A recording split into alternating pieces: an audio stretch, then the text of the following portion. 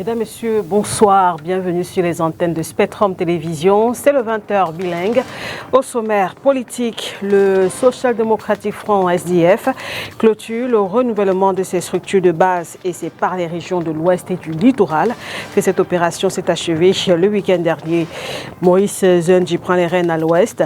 Dans le littoral, l'ancien maire de Douala 3e, Job Théophile Kwapnan, succède à l'honorable Jean-Michel Nintieu, exclu du SDF avec une vingtaine d'autres membres il y a quelques mois, souvenez-vous. Retour sur la conférence de renouvellement des organes dans le littoral dans ce journal. Et puis un sport, football, Coton Sport de Garoua sur le toit du Cameroun et même un peu plus. Hier à Douala, les Galactiques du Nord ont remporté le trophée des champions édition 2023. 2-0 face à Foufou Club des Bahamas. C'est le score qui a sanctionné cette rencontre suivie par Oniladonette et Zipierre. Retour sur cette super coupe dans la page sport de ce journal bilingue qui démarre en langue anglaise. Avec vous, Christelle Asek-Souele. Good evening. Good evening, Makeda Lidi, Newtom. Good evening, televiewers. It was a pleasure being in your company. You're watching the 8 p.m. Balingua Primetime Newscast on your TV, STV. And as you heard in our headlines, Job Théophile Kwapnan is now the new president of the Littoral Bureau of the Social Democratic Party.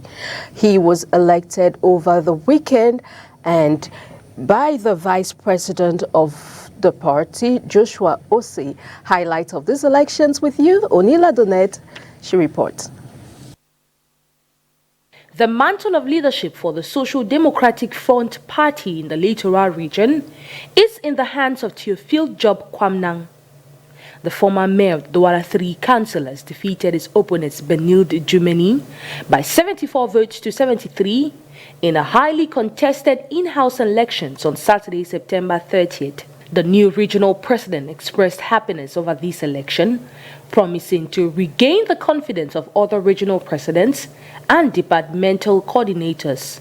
Monsieur le Président de la Commission, Monsieur le Président national, au nom des règlements et des statuts des règlements intérieurs du Social Democratic Front, Honorable members of the Commission, National President, in view of the party's laws, statuses, today, this solemn assembly has accorded me the presidency of STF Littoral. My office and I promise to respect these statutes, respect all the presidents of the different constituencies. pour tous ceux qui sont faits, qui comprennent que nous avons eu la malchance d'avoir un bosseur.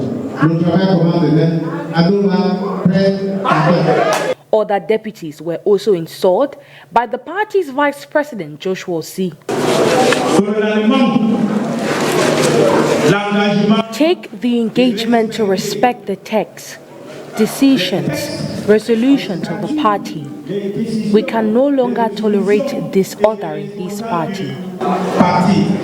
On ne peut plus tolérer les désordres dans le parti. Job Théophile Kwapnan replaces Jean-Michel Nintieu. Nous nous excusons pour cette interruption brusque. On va du côté des DEA dans la Sanaga maritime, cette fois pour parler de la journée nationale de la paix, journée qui vient de se célébrer là-bas. C'était la 2e édition. Et cette année, l'élément fédérateur est le sport. Question de barrer la route aux divisions. Le maire de la ville de Déa et autres autorités municipales ont justement chaussé tennis pour une marche pour la paix. Oriane Donké. La paix, un pilier sur lequel a toujours été adossé le Cameroun, est menacé. À la crise sociopolitique dans les régions du nord-ouest et du sud-ouest, la guerre contre Boko Haram dans l'extrême nord s'ajoute, propos haineux, division et autres tribalismes. Des mots qui ne trouveront pas terreau fertile à Edea dans la Sanaga maritime. Comprendre que la paix, c'est tout ce qui nous reste. La paix, c'est ce qui va rester. C'est la paix, c'est ce qui va faire que tout un chacun enlève ses grades pour redevenir un enfant. C'est ce mot-là que je retiens. Pour être en paix avec les autres, il faut être comme un enfant en fait. Les autorités administratives et municipales, jogging et tennis aux pieds, ont arpenté les rues de la ville Lumière. Question de réaffirmer leur attachement à la paix. Toute société digne de ce nom se bâtit derrière la paix. Et donc nous disons non à la guerre, non au séparatisme, non aux propos de haine, aux propos de violence. Et d'ailleurs, nous le constatons de plus en plus derrière les replis identitaires, derrière les propos sectaristes, nous ne nous retrouvons pas. Nous appelons ce Cameroun un et indivisible. C'est un message simplement de paix. Et nous sommes là, dans cet esprit de convivialité, avec des personnes de toute obédience, on va dire religieuse, toute obédience politique, sociale, tous ensemble pour marcher et nous rappeler que c'est un combat de chaque jour, c'est un combat de chaque instant, chacun à son niveau doit travailler pour la paix. EDEA, dans la Sanaga maritime, a célébré ce 30 septembre 2023 la deuxième édition de la Journée nationale de la paix. Le thème retenu par les Nations Unies est « Action en faveur de la paix, nos ambitions pour les objectifs mondiaux ». Les jeunes ont également été interpellés sur l'usage des réseaux sociaux. Ce vent des technologies de l'information et de la communication est également vecteur de propos haineux, de tribalisme, de fausses informations pouvant entraîner la division et mettre à mal le vivre ensemble. Après EDEA, retour à Douala pour parler cette fois de l'excellence scolaire. Bonatongo, un des 28 villages du canton Akwa à Douala, prime ses enfants. Pour cette 5e édition, ce sont 34 lauréats du primaire à l'université, issus des 2 sous-systèmes éducatifs du Cameroun, qui ont reçu des prix. Et c'est la salle des fêtes d'Akwa qui a servi justement de cadre à la célébration ce 1er octobre 2023. Oriane Donkeng et Julie Pau. Ce sont des lots au contenu divers et variés qui ont été remis à 34 lauréats de la 5e édition de Bonatongo Excellence. Mais très simplement de fournitures, d'abord de fournitures, pas seulement parce que c'est un symbole lié au fait que c'est des enfants qui sont des étudiants, des collégiens, etc., qui reçoivent donc des prix. Ce sont des choses utiles, il faut que ça leur serve. Donc ce sont des fournitures qu'on leur offre. La deuxième chose qu'on offre, c'est une prime, c'est une sorte d'enveloppe avec une bourse pour aider ceux qui ont des frais d'inscription, ceux qui ont besoin d'un peu d'argent, peut-être des uniformes à confectionner en début d'année, puissent le faire sans histoire. Et puis nous avons un diplôme qui, d'ailleurs pour moi, l'élément le plus important que l'on donne, ce n'est ni les fournitures, ni un peu d'argent dans une enveloppe, mais le diplôme. Parce que le diplôme dit de manière écrite, qui peut donc laisser des traces, la satisfaction du village vis-à-vis de ses propres enfants, parce que c'est notre futur que nous construisons ici. Signe d'encouragement, mais surtout d'ardeur au travail, les heureux bénéficiaires n'ont pas été avares en remerciements envers le village. Le geste que le village a eu à faire aujourd'hui, c'est un geste très important parce que c'est un geste qui nous encourage, chacun de nous, à aller de l'avant en ce qui concerne les études, parce que pour nous, les études sont très importantes. Et déjà avoir ce prix, c'est déjà pour féliciter déjà mon engagement dans ce que j'ai accompli en cette année et pour encourager aussi les petits frères derrière nous à comprendre que l'école est importante, car l'école pour eux, c'est vraiment primordial. Ça permet de réussir. Alors, je suis lauréat en ce qui concerne la licence. J'ai une licence en système informatique et réseau. L'édition 2023 de Bonatongo Excellence porte le nom de Samuel Etonde Moumé. C'est l'une des particularités de cette année. L'édition a 2 particularités. La première, c'est qu'elle est dédiée à un de nos frères qui est parti, qui s'appelait Sam Etonde Moumi, qui était le frère aîné de Mbete Isaac, le grand footballeur qu'on a connu ici. Ça, c'est donc la première particularité. La deuxième particularité, c'est que nous avons eu un nombre record de lauréats par rapport aux 4 autres éditions. Et parmi les satisfactions, c'est que le taux de réussite des hommes, des garçons donc, s'est élevé, alors que la plupart des autres éditions, ce sont les filles qui étaient en avant. Le comité d'organisation a dit son satisfait quant à l'engagement des uns et des autres pour leur implication inconditionnelle dans la réussite de cet événement qui les a rassemblés le 1er octobre 2023 à la salle des fêtes d'Aqua, ici à Douala.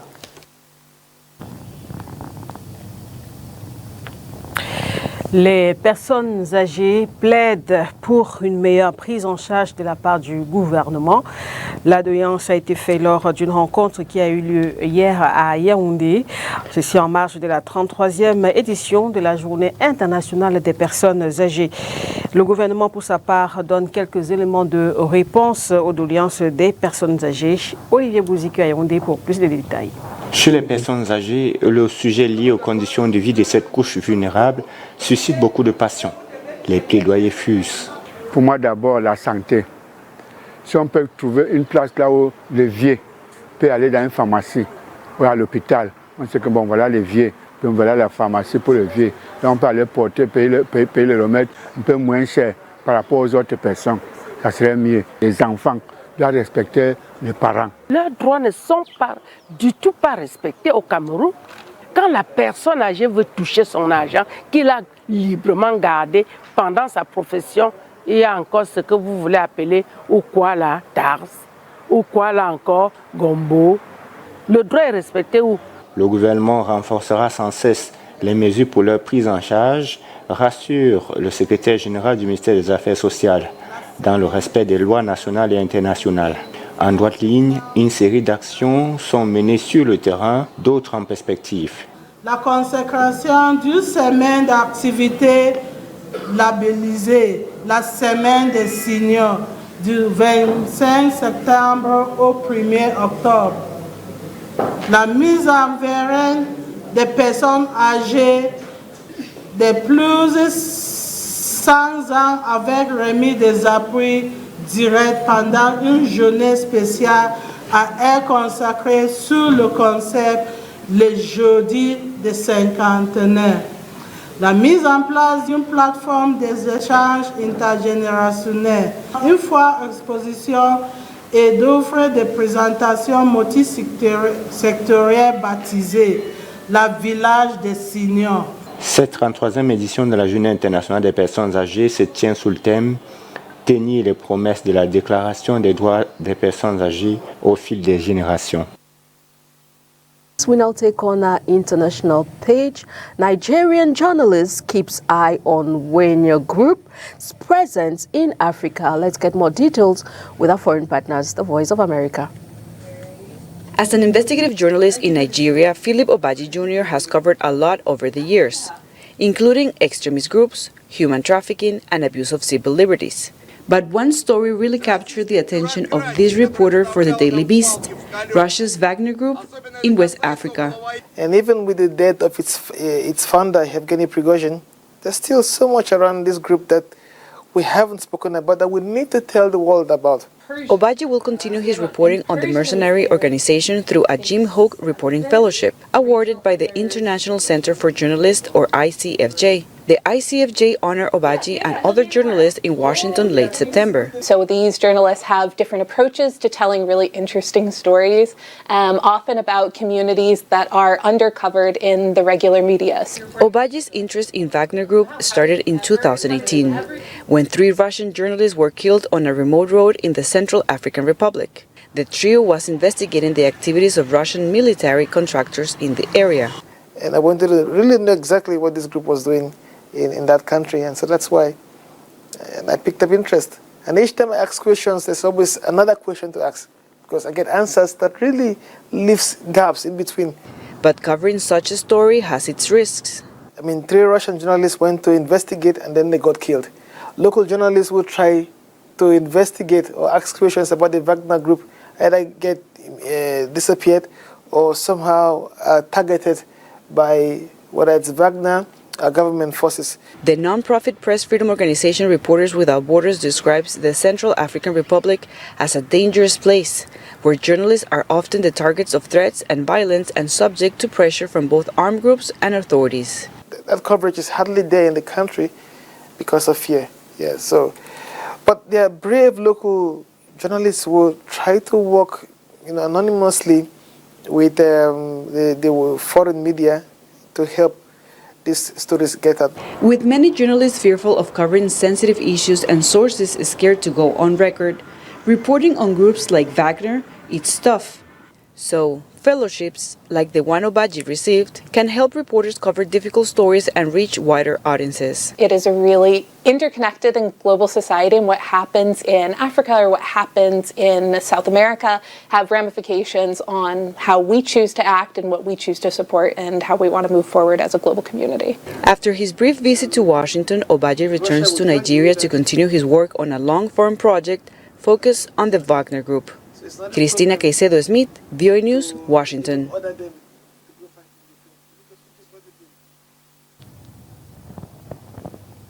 Et voici à présent le round-up de l'actualité africaine, toujours avec notre chaîne partenaire, La Voix de l'Amérique. Un important convoi de l'armée malienne s'est mis en mouvement lundi à Gao, en direction de la région stratégique de Kidal, dans le nord du Mali, bastion de la rébellion Touareg, ont indiqué lundi 2 responsables sécuritaires ayant requis l'anonymat. Le Niger a accepté la médiation de l'Algérie qui propose aux militaires ayant pris le pouvoir à Niamey un plan de transition de 6 mois, a indiqué lundi le ministère algérien des Affaires étrangères. En RDC, le président sortant Félix Antoine Tshisekedi a été officiellement désigné dimanche lors d'un congrès candidat à l'élection présidentielle du 20 décembre par l'Union sacrée, coalition politique au pouvoir. Martin Fayoulou, arrivé en deuxième en 2018, a confirmé sa candidature samedi. À Madagascar, les forces de sécurité ont fait usage de gaz lacrymogène lundi pour disperser une manifestation antigouvernementale. 11 des 13 candidats à la présidence ont appelé le peuple à protester dans la capitale contre ce qu'ils appellent un coup d'État institutionnel en faveur du président sortant. We now talk sports football in this newscast. Coton Sport of Garoua has lifted its first ever Super Cup this Sunday after thrashing Fovu of Baham 2-0 at the Bepanda Omisport Stadium. Oni Ladonette and Pierre paint a picture of this encounter. 19-year-old Pasiang Wasu sports kick and a clinical finish from Aziz Bassane sees Coton Sport of Garoua lift their very first Cameroon Super Cup. Played against Fovu de Baham at the Reunification Stadium on Sunday, October 1, these league winners controlled majority of possession. A rough tackle on Aziz by Levis Acha after just 4 minutes of play will give the Cotonites a penalty sent in by Wasu. At the 34th minute, 21-year-old Aziz Bassane will make it 2 after connecting to a Wasu cross. The highly anticipated trophy comes in a Daniel Braid era. Un sentiment de bonheur déjà. A feeling of joy since our players won the Super Cup. It's a title that we have been missing, and I am happy and proud of my players. Seeing that the first half was good, excellent play. Everything we prepared weeks before was executed to the latter, scoring 2 goals. Congrats to our opponents who managed to cause us some problems in the second half. Comeback attempts from Lionel Ntebe, Stéphane Ikpemi and co. in the second half could not change the fate of these Cameroon Cup winners. Nous avons fait tout ce qu'il fallait, mais nous sommes passés à côté de la première mi-temps. We did all we could, but we failed in the first half. When we tried repairing our errors in the second half, it was, however, too late. We lost the momentum. It has nothing to do with tiredness.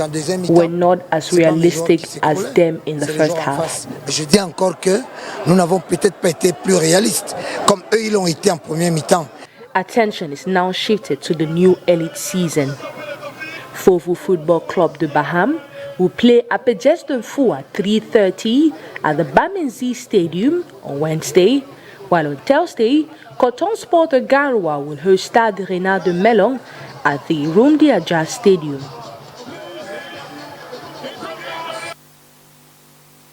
puts an end to this edition of the Bilingual Newscast on your TV STV. See you tomorrow, God willing, for new and fresh news on your TV STV. Good night. Good night, Makeda Lidi. Au revoir, Christelle Assexouele. Mesdames, Messieurs, merci de nous avoir suivis.